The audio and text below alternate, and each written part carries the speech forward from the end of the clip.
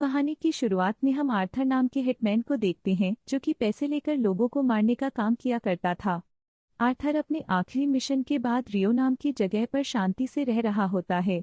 दरअसल आर्थर की last mission के बाद लोगों को लगा था कि आर्थर की डेथ हो चुकी है, इसलिए आर्थर ने भी मरने का नाटक किया। ये पहचान बनाकर रियो में रहने लगा। एक दिन जब आर्थर रेस्टोरेंट में बैठा था तब रेनी नाम की लड़की आर्थर के पास आती है। उससे कहती है कि मैं जानती हूँ कि तुम कौन हो और मेरे पास तुम्हारी असली पहचान के सबूत भी हैं। इसलिए आर्थर उसकी बात ध्यान से सुनता है। रेनी बताती है कि मैं बहुत ही पावरफुल इंसान के लिए काम करती हूँ और उसी ने मुझे यहाँ भेजा है क्योंकि वो चाहता है कि तुम उसके 3 दुश्मनों को मारकर उनकी मौत को एक एक्सीडेंट साबित कर सको। साथ ही वो आर्थर को धमकी देती है कि अगर तुमने मेरे बॉस का काम ठुकरा दिया तो बॉस तुम्हारे दुश्मनों को तुम्हारे जिंदा होने के बारे में बता देगा। यह सुनकर आर्थर उससे कॉल करने का कहता है, पर वो अपने फोन से कॉल करने की जगह रेनी की फोटो क्लिक करने लगता है, जिससे रेनी जल्दी से अपनी गन निकाल लेती है। अब आर्थर अपनी टेबल से रेनी पर अटैक कर देता है और वहां से भागने लगता है। ये देखकर वहां मौजूद रेनी के लोग आर्थर पर हमला करने लगते हैं, जिससे आर्थर अपनी फाइटिंग स्किल्स का यूज करते हुए सभी से लड़ने लगता है और एक स्काई ट्रेन की छत पर कूद जाता है। कभी और उसके आदमी भी में चढ़ जाते हैं और अंदर से आर्थर पर गोलियां चलाने लगते हैं। तब आर्थर की नज़र वहां से गुजर रही हैंड ग्लाइडर पर जाती है, इसलिए वो जल्दी से उस हैंड ग्लाइडर पर कूदकर उन लोगों से दूर भाग जाता है। अब शाम को आर्थर अपनी बोट पर जाता है और कुछ लोगों को अपनी बोट की चेकिंग करते हुए देखता है, इसलिए वो अपने रिमोट कंट्रोल का यूज करके बोट पर लगे बॉम्ब को एक्टिव कर देता है। असल आर्थर ने इसी तरह की इमरजेंसी के लिए अपनी बोट पर बॉम्ब लगाए हुए थे, ताकि जब भी कोई उसकी बोट की छानबीन करे तो वो बोट को ब्लास्ट करके सारे सबूत मिटा सके। खैर, जैसे ही वो रिमोट का बटन दबाता है तो बोट पर मौजूद सभी लोग ब्लास्ट के कारण मारे जाते हैं। बाद आर्थर एक पुराने कंटेनर में जाता है जहां उसने अपने हथियार, पैसे, फोन्स और बहुत सारे नकली पासपोर्ट छुपाए हुए थे। आर्थर सबसे पहले अपने पुराने पासपोर्ट को जलाता है और दूसरा पासपोर्ट लेकर थाईलैंड चला जाता है, जहां वो अपनी पुरानी दोस्त मी से मिलता है। यहाँ मी आर्थर को उसके घर की चाबी देती है। तब आर्थर अपने घर के अंदर जाकर फर्श के नीचे से अपना सामान निकलता है जो कि उसने बहुत पहले छुपाया हुआ था। इसके बाद वो अपने लैपटॉप से रेनी के बारे में इंफॉर्मेशन निकालता है, जिससे उसे पता चलता है कि रेनी क्रेन नाम के आदमी के लिए काम करती है और आर्थर अच्छे से जानता था कि क्रेन बहुत ही खतरनाक क्रिमिनल है। खैर, अगले दिन मी के पास जीना नाम की एक लड़की आती है और उससे फर्स्ट एड का सामान मांगने लगती है। तब मी उस लड़की की बॉडी पर चोट के निशान देखकर उसकी मदद करने का कहती है, लेकिन जीना मदद से इनकार करके किट लेकर चली जाती है।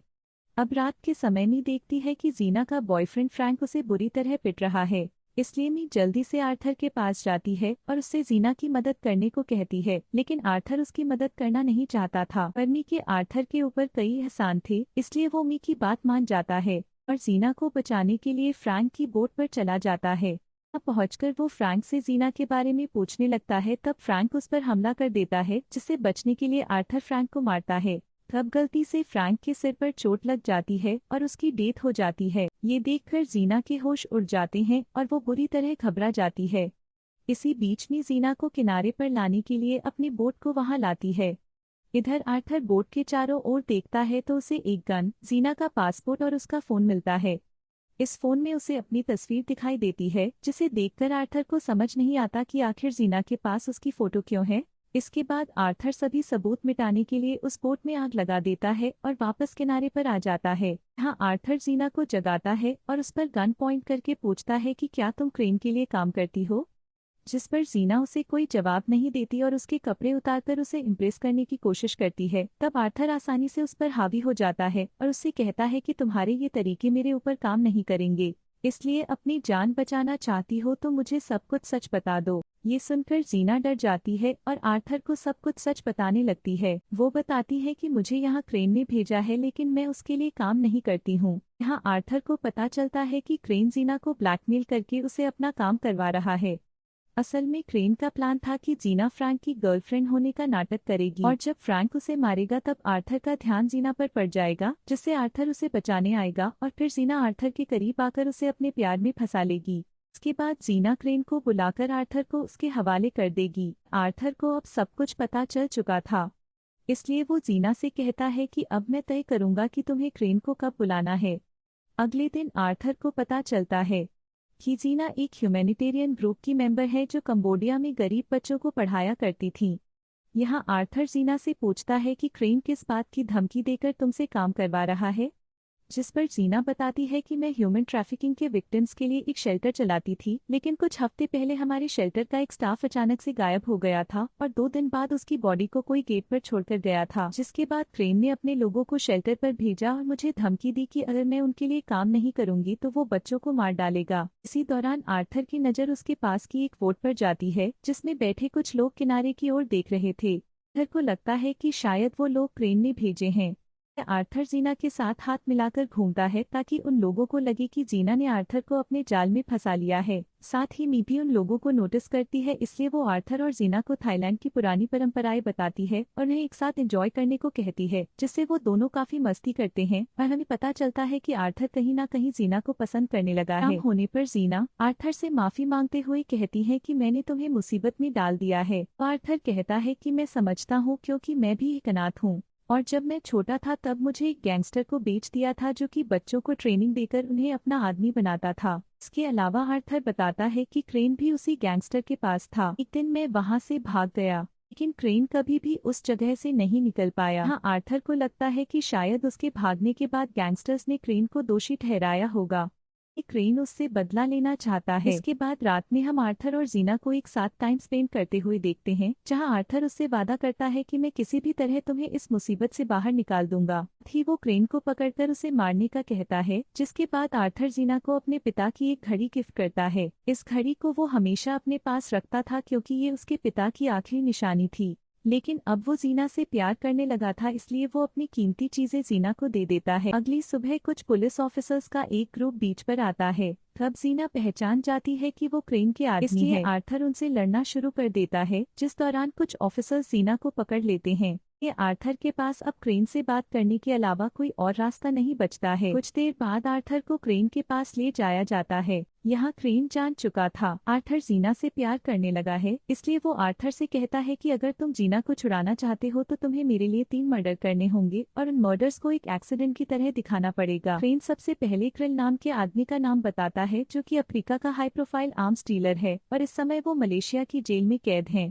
यहाँ क्रेन आर्थर को एक पिल देता है, कहता है कि ग्रिल को मारकर तुम्हें ये पील खानी होगी ताकि मेरे लोगों को तुम्हारे लोकेशन का पता चल जाए और वो तुम्हें सही सलामत बाहर निकाल लें। असल में ग्रिल जिस जेल में था वो समुद्र के एक आइलैंड पर थी और इस समुद्र में कई शार्क की थी वेल। अब आर्थर अपने काम पर लग जाता है, तब क्रेन जीना को एक वोट में छुपाकर रखता है। वहीं आर्थर अपना काम करने के लिए मलेशिया चला जाता है और उस जेल के बारे में इंफॉर्मेशन निकालने लगता है, जिससे उसे पता चलता है कि जेल में घुसना नामुमकिन है, पर फिर भी अपना प्लान बनाने लगता है और कुछ पावरफुल एक्सक्लूसिव खरीदता है जिसे वो च्युइंग गम के रूप में बदल देता है। साथ ही वो एक केमिकल खरीदता है जिससे स्किन पर लगाने से शार्क पास में नहीं आती है। इसके अलावा वो क्रेन की उस पिल को सिगरेट के अंदर छिपा देता है। इसके बाद वो एक फर्जी आईडी बनाकर खतरनाक क्रिमिनल का रूप ले लेता है और मलेशिया की सड़कों पर घूमने लगता है। तब मलेशिया की पुलिस उसे क्रिमिनल समझकर गिरफ्तार कर लेती है और उसे जेल में ले जाती है जहां ग्रिल को कैद किया हुआ था। इस जेल में रिसेप्शन गार्ड को आर्थर की चीजों में कुछ भी अजीब नजर नहीं आता, इसलिए वो उसके सामान को अंदर ले जाने की परमिशन दे देता है। वेल कुछ दिन तक आर्थर जेल में आराम से रहता है और अपने टारगेट के बारे में इंफॉर्मेशन निकालने के लिए दूसरे से बात करने लगता है। यहाँ ग्रिल के आदमी हर समय उसके साथ रहते थे क्योंकि बहुत से लोग ग्रिल को मारना चाहते थे। ग्रिल अपना सारा कारोबार जेल से ही संभलता था और वो इस जगह का असली मालिक था। एक दिन आर्थर देखता है कि एक कैदी ग्रिल को मारने के लिए उसके पास जा रहा है। तब आर्थर उस आदमी के ऊपर चाकू फेंककर उसे मार देता है, जिससे ग्रिल की जान बच जाती है और ग्रिल आर्थर से इम्प्रेस हो जाता है। इसलिए ग्रिल आर्थर को अपने साथ डिनर के लिए इनवाइट करता है। इस पर आर्थर शर्त रखता है कि डिनर के दौरान ग्रिल के पास उसका कोई भी आदमी नहीं होना चाहिए। इस बात पर ग्रिल भी मान जाता है। फिर शाम के समय आर्थर को ग्रिल के पास ले जाया जाता है, जहां ग्रिल आर्थर को अपने साथ काम करने का कहता है। यहाँ ग्रिल जैसे ही पीछे मुड़ता है तब आर्थर उस पर कूद जाता है और उसकी गर्दन को दबाकर उसे मार डालता है। इसके बाद वो ग्रिल की ड्रिंक में सांप का जहर मिला देता है ताकि सबको लगे कि ग्रिल ने सुसाइड किया है। साथ ही वो ग्रिल की बॉडी को ऐसी पोजीशन में बैठा देता है जिससे गार्ड्स को लगे कि ग्रिल भगवान से प्रार्थना कर रहा है। आर्थर जल्दी से बाहर आता है और एक दीवार में छेद करके उसमें एक्सक्लूसिव बम रखता है और दीवार को ब्लास्ट कर देता है। इसके बाद इसे क्रेन की दी हुई पिल को निगल लेता है और खुद को शार्क से बचाने के लिए केमिकल वाली क्रीम लगा लेता है। इसी दौरान पुलिस उसे है पर पुलिस उसे पकड़ पाती इससे पहले वो पानी में कूद जाता है। यहाँ क्रेन के आदमी मछली पकड़ने वाली बोट में उसका इंतजार कर रही होते हैं, जो आर्थर को सही सलामत पानी से निकाल लेते हैं। जिसके बाद आर्थर क्रेन से बात करता है और उससे जीना के बारे में पूछता है। क्रेन वीडियो कॉल करके उसे जीना के सही होने का सबूत देता है। अब आर्थर को उसका दूसरा टारगेट दिया जाता है, जिसका नाम कुक है, जो एक ह्यूमन ट्रैफिकिंग है और ऑस्ट्रेलिया में रहता है। कुछ दिनों बाद आर्थर अपने टारगेट की इन्फॉर्मेशन निकलने लगता है, जिससे उसे पता चलता है कि कुक का एक पेंट हाउस है, जिसमें उसका कांच का स्विमिंग पूल है, जो कि सड़क से ठीक ऊपर बना हुआ है। अब आर्थर कुक की उस बिल्डिंग के बारे में जानने के लिए एक हेलीकॉप्टर किराए पर लेता है।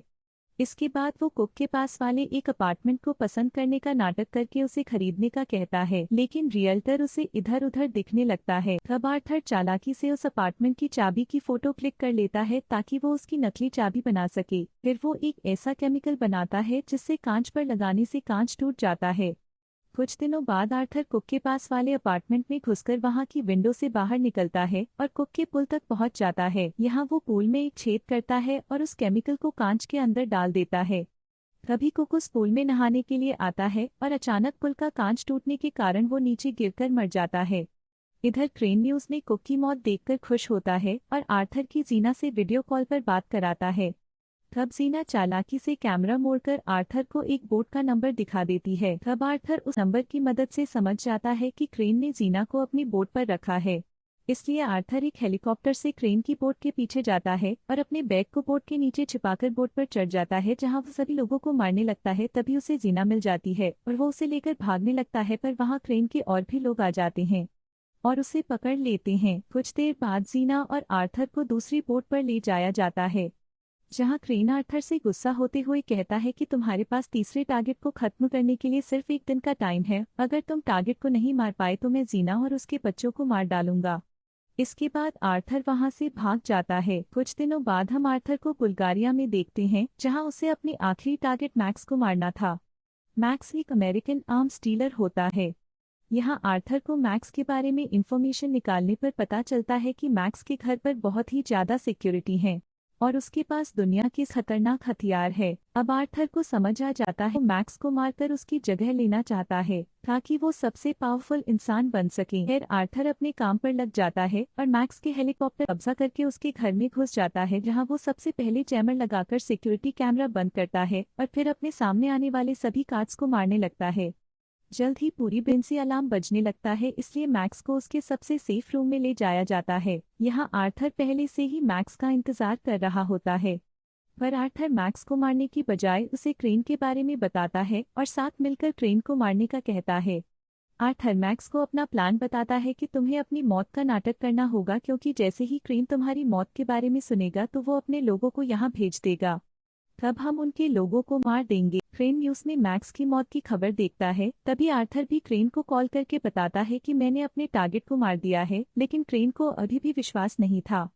इसलिए आर्थर उससे कहता है कि मैक्स की बॉडी पानी के अंदर डूब गई है। इसके बाद ट्रेन मैक्स की बॉडी को ढूंढने और आर्थर को मारने के लिए अपने लोगों को मैक्स की जगह पर भेज देता है। जैसे ही उसके लोग मैक्स की जगह पर पहुंचते हैं, तब वो आर्थर के जाल में फंस जाते हैं और सभी को बुरी तरह मार दिया जाता है। यहाँ क्रेन को समझ आ जाता है कि आर्थर उसे मारने के लिए आ रहा है, इसलिए वो जीना को चारा बनाकर बचने का सोचता है। तभी आर्थर पानी के रास्ते क्रेन की बोट पर पहुंच जाता है और क्रेन के लोगों को मारने लगता है। इस दौरान क्रेन अपने आदमियों से जीना को वापस अंदर लाने का कहता है। तब जीना गार्ड से बचने के लिए उससे लड़ने लगती है, बट जीना के पेट में शूट करके उसे जकूजी में फेंक देता है। क्रेन बाहर आता है और जीना को पकड़कर अंदर ले जाता। यहाँ आर्टी गार्ड से लड़ाई कर रहा होता है। तब क्रेन बोट में छिपे बॉम्ब को एक्टिव कर देता है, जिसके बाद क्रेन अपनी दूसरी बोट से भागने की कोशिश करता है, लेकिन तभी आर्थर जीना के पास आ जाता है और उसे दूर भेज देता है। इसके बाद आर्थर क्रेन के पीछे जाता है और उसके सभी गार्ड्स को मार देता है। ये देखकर क्रेन एक चैन से आर्थर को बांधने लगता है, लेकिन आर्थर अपनी स्किल का यूज करके क्रेन को ही बोट से बांध देता है। तब क्रेन हंसते हुए कहता है कि ये बोट जल्द ही ब्लास्ट होने वाली है और तुम मेरे साथ मारे जाओगे। पर इस बात पर आर्थर को कोई भी टेंशन नहीं होती और वो बम फटने से ठीक पहले बोट के अंदर भाग जाता है। यहाँ जीना क्रेन की बोट को ब्लास्ट होते हुए देखकर बहुत दुखी होती है, क्योंकि उसे लग रहा था कि ब्लास्ट में आर्थर की भी डेथ हो गई है। कुछ हफ्ते बाद हम जीना को कंबोडिया में देखते हैं, जहां वो अपने शेल्टर में बच्चों के साथ रह रही होती है। एक दोपहर जब वो बच्चों को पढ़ा रही होती है तभी वहां आर्थर आता है, जिसे जिंदा देखकर जीना बहुत खुश होती है। इस बीच मैक्स को देखते हैं, जो क्रेन की बोट के ऊपर रिसर्च कर रहा होता है। अब उसे पता चलता है कि बोट में डाइविंग बेल नाम की एक ऐसी जगह है जिसमें रहकर इंसान पानी के अंदर भी सांस ले सकता है। तभी मैक्स सिक्योरिटी कैमरा को चेक करता है, जिससे उसे पता चलता है कि आर्थर ब्लास्ट होने से ठीक पहले उसी ड्राइविंग बेल में छिप गया था। खैर, अब मैक्स कैमरा फुटेज को डिलीट कर देता है ताकि फ्यूचर में इन फुटेज से आर्थर को कोई परेशानी ना हो, और इसी के साथ ये मूवी यहीं पर खत्म हो जाती है।